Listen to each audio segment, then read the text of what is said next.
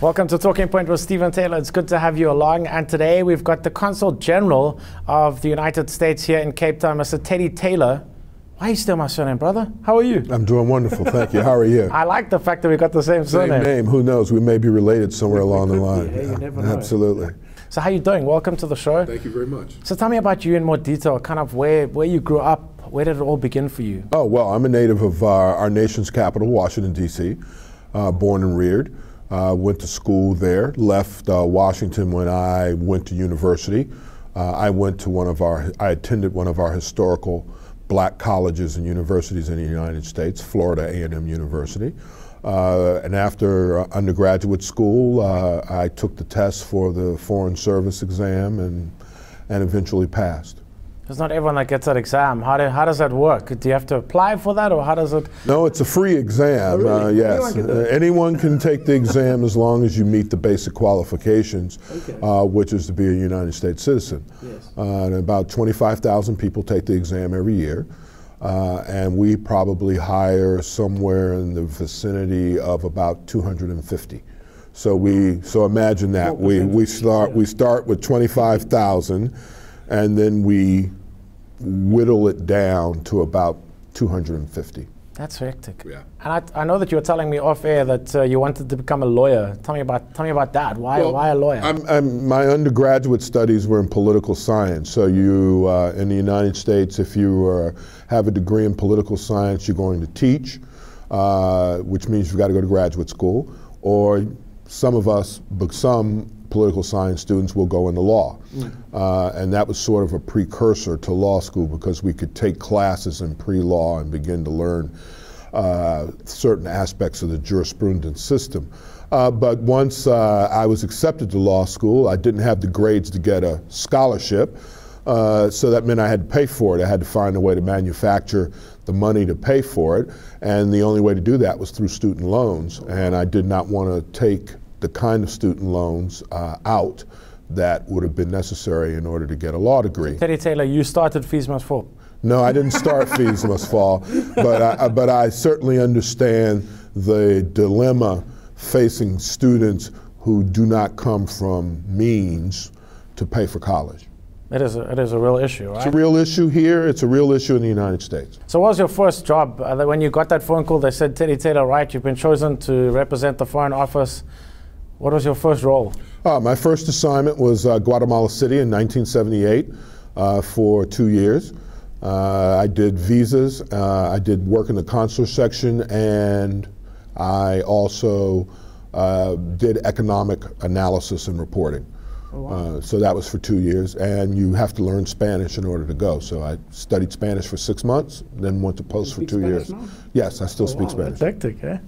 And after that, what did you do? What were some of your other? Oh, I've served in, I did 4 tours in Latin America, but I did 3 back-to-back. I've lived in Havana, Cuba. I've worked in Panama when there was something called the Panama Canal Zone. I'm showing my age. Wasn't there something called the Panama Papers? What is that? That was something that some law firm in Panama had. That's now recently. Okay. That's in the news, and I haven't followed it probably to the extent that I should. Excuse me. I lived in Hungary for 4 years, served in the embassy there as they were becoming members of NATO and they were making their transition.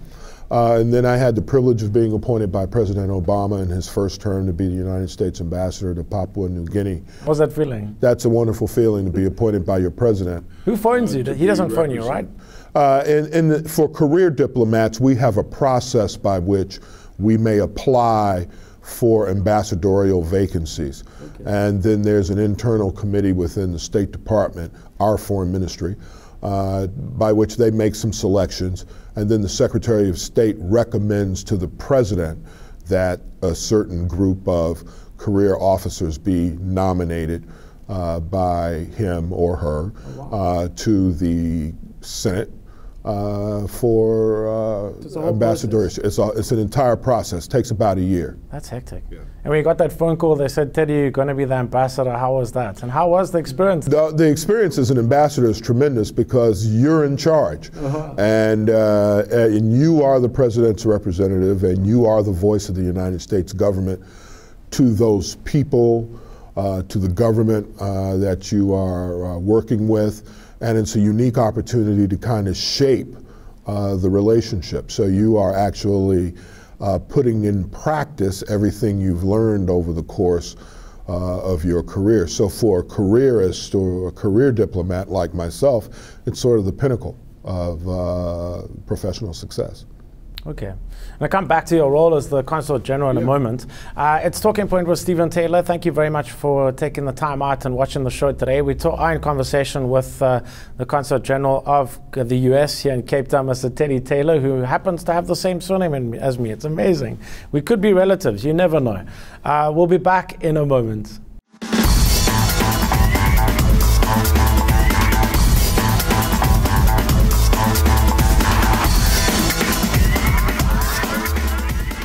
Welcome back to Talking Point with Stephen Taylor. We are in conversation with Mr. Teddy Taylor, the U.S. Consulate General, who does look a bit like a big Teddy. I just want to give you a hug. Sorry, can I say that? That's cool. Don't worry about it. So tell me about your role as a Consulate General. What is a Consulate General? Well, Consul Generals are the senior diplomats representing a particular country in a particular region of the country. For example, we have 3 consulate generals in South Africa, Johannesburg, here, and Durban. And each of us represent the United States government to local government, to provincial governments in particular. And we advocate our policies and our programs to the populace of that particular province or provinces, as the case may be. And we find ways to use our programs to assist local government or provincial government in meeting their established goals and objectives. Do you work closely with your other Consul General counterparts?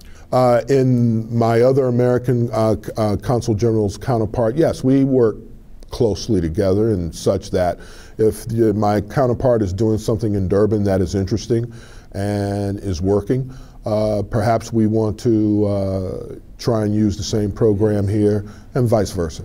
But we speak regularly. So your boss here, you have a boss, you're not the ambassador, there is an ambassador? My boss is Ambassador Patrick Gaspard, who is the United States Ambassador to South Africa. So he's in charge, and it's his vision that we implement.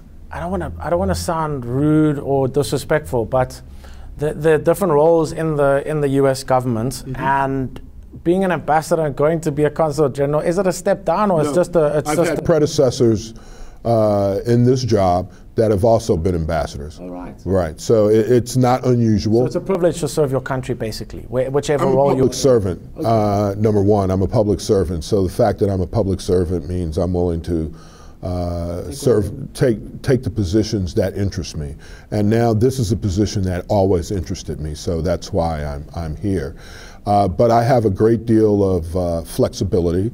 I have a great deal of autonomy on a daily basis.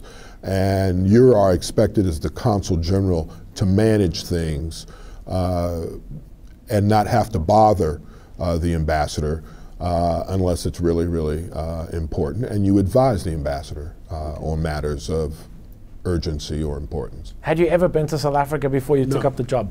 Never. What did you heard about South Africa before you came here? Were you a bit skeptical? Yeah, I knew what I read, wasn't skeptical. Knew it was a nice place to live, comfortable place to live, probably the best way to put it. Knew South Africa faced some challenges with housing, education, social challenges stemming from the legacy of apartheid.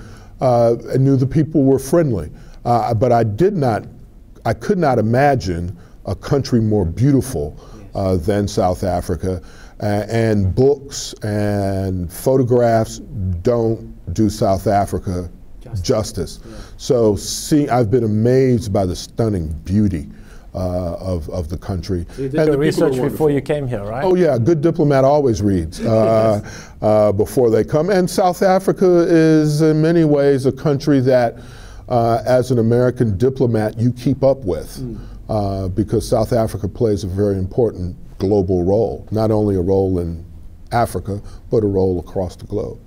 So tell me about some of the projects that you do run as the Consul General. Well, we have one program I think we're all very proud of is President Obama's Young Africa Leaders Initiative program. It's called now the Mandela Washington Fellows. And this is where we send about 600 Africans from across the subcontinent to the United States each year during this time of the year to meet with other Africans of like minds. And they sit on U.S. college campuses for 6 to 8 weeks, and they discuss solutions to Africa's challenges.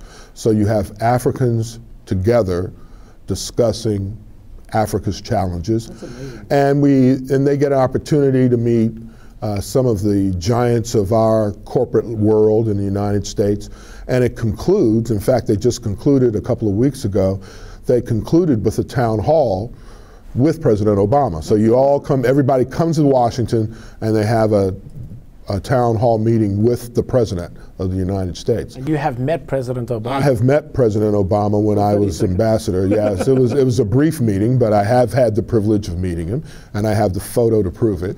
Wow. But yes, and I have correspondence with the President, whereas when you're an ambassador, you get a letter of instruction telling you what your job is. And that's what you give to the head of state when you present your credentials. But back to Yali, that's a great program. And these are young leaders. We have what we call the Fulbright Program, which is world known. It's an academic exchange where people go and undertake postgraduate study in the United States. The International Visitors Leadership Program, where young professionals travel to the U.S. on a particular to visit the U.S., and it's in a particular topic dedicated to what they do for a living. And they're paired with people in the same profession from either around the world, or what we will have is what we call a regional only program, say like an Africa only program, but they're with other professionals. And they travel throughout the United States meeting counterparts. Wow. And you say the cutoff age is 38? About 38. So I can still apply? Yeah, 33. but unless you have a South African passport, you're going to have to apply through the UK. I have a South African passport. No, I am South African. It's only my family that are British, yeah. Okay, then you can apply. Oh, great. All right, so I have 5 years left to apply. Let's write that down. All right, mental note. Tell me, Teddy, tell me about some of the things that you've enjoyed about being here in South Africa. Of course, you'd never been here before. You came to South Africa as the Consul General. Tell me about some of your experiences being here. Well, I've had a great opportunity to meet some real dynamic people, young people, older people. Yes. I should say I've had the opportunity to meet some real dynamic South Africans, establish some relationships through business. Through my business, you establish friendships. Yes. Through the course of doing business, you establish friendships. So for me, it's a people business. And the more people we can interact with, engage with, because often is the case, sometimes we're the only American a foreigner might ever encounter. So it's always important that that foreigner have a very positive encounter or engagement with us when it does occur. So we have, through our programs and projects, I see a lot of school kids. We've supported, we've had U.S. astronauts here. Oh, wow. And taken them to secondary schools in the townships. We have sponsored a debating society for secondary school children in some of the townships, and that's just fun. Yes. We got to hang out with the world-renowned U.S. dance company Alvin Ailey. Wow. When they were here, and they put on a special mini performance for school children at Artscape after their last performance.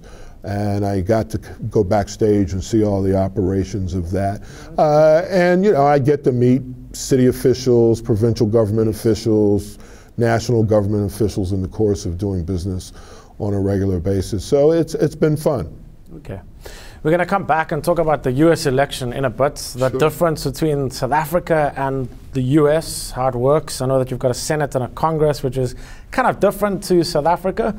We'll talk about that in a moment. It's Talking Point with Stephen Taylor. We are in conversation with Teddy Taylor, the U.S. Consulate General here in Cape Town. We'll be back in a moment.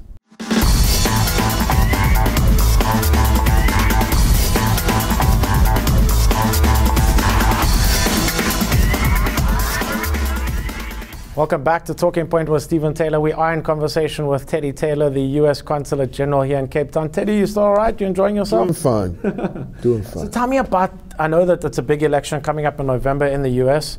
Tell me about the difference between South Africa and the U.S. in terms of how the U.S. do things. I know that here in South Africa you might have 100 people on the ballot. There in the U.S. you might only have 3. Is that right? That's right. We have 2 major parties, but we also have what we call the Libertarian Party and the Green Party. They will probably meet the threshold to be on the ballot. And then, of course, you may write in your preferred candidate if you like. Oh, really? You don't have to vote for anyone on the ballot. You can actually write in a name. Oh, wow. And that has been done in the past. It's a very long process in the United States, much longer than it probably has ever been. I don't remember it being this long when I was a boy, but it is what it is. We have former Secretary of State Clinton, who clearly is the Democratic Party candidate, and Mr. Trump, Donald Trump, is the Republican Party candidate. We will go to the polls on November 8th. If any American citizens are watching your broadcast, let me remind them to make their requests for their absentee ballots. They can make that request online, and so they too can voice their preference for President of the United States. We have our founding fathers created this system called the Electoral College, where each state is assigned a certain number of electoral votes. In large part based on population. And it's the first one to get to 270. And there's certain states that you must win on the electoral map in order to get to 270. So it comes down to public votes as well, or not really? It's, we vote for people who will represent the state at the time. It's a long process. It's an extensive process, but it works. It's ours. Just like your process is yours, it's ours. We understand it. We know how it works, and it's better than the alternatives at this point. So it's a robust debate going on. So that is in November. How do you vote, being in South Africa? I vote via absentee ballot. I request my ballot. I live in the state of Maryland, so I will request a federal absentee ballot online. They email it to you? And they will mail it to us. I will complete the ballot and then mail it back. Not by email, but by post. Oh, right. Right. Okay. By post. So it's done all secretly. That's my ballot. I secure it and mail it back. And then it gets to the electors, and they open them, and they make the check mark. U.S. citizens have to apply for that before the time. Right. Now is the time to apply for the ballot because it has to get to you, and you have to get it back. All right. Okay. And there's a cutoff date for that? Yes, I think the ideal there's no real cutoff date, but if you have a realistic expectation of having your vote count, you need to request your ballot now. ASAP. Now. To get in for that vote. It's important to vote. As a citizen of a democratic nation, it is your obligation, in my personal view, to vote. Because if you do not vote, you don't have the right to complain. That's right. Because you chose, you forfeited that right by abstaining. Then you should abstain from society, basically, in a way. Yeah. But I take your point.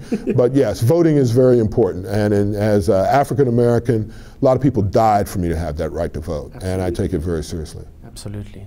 So what is next on your bucket list, should I say? Oh, I don't know. I don't keep a list. All right. There's some things I'd like to do, but it's not something that I have to do. Because did you have goals, obviously, in what you wanted to achieve as a diplomat? Sure, I wanted to become an ambassador, and I achieved that. In our system, it's about we have what we call an up or out system.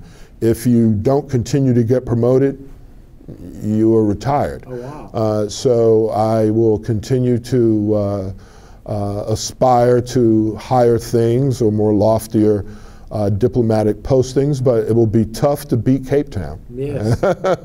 You've fallen in love with it, hey? Yes, I have fallen in love with Cape Town, but I will have to leave at some point in time. I didn't know that you look so young, man. You're in your 60s already, and I would love to tell me what your secret is, Teddy Taylor, because I want to look like you when I'm 62. My staff tells me it's the bourbon. Oh, yeah.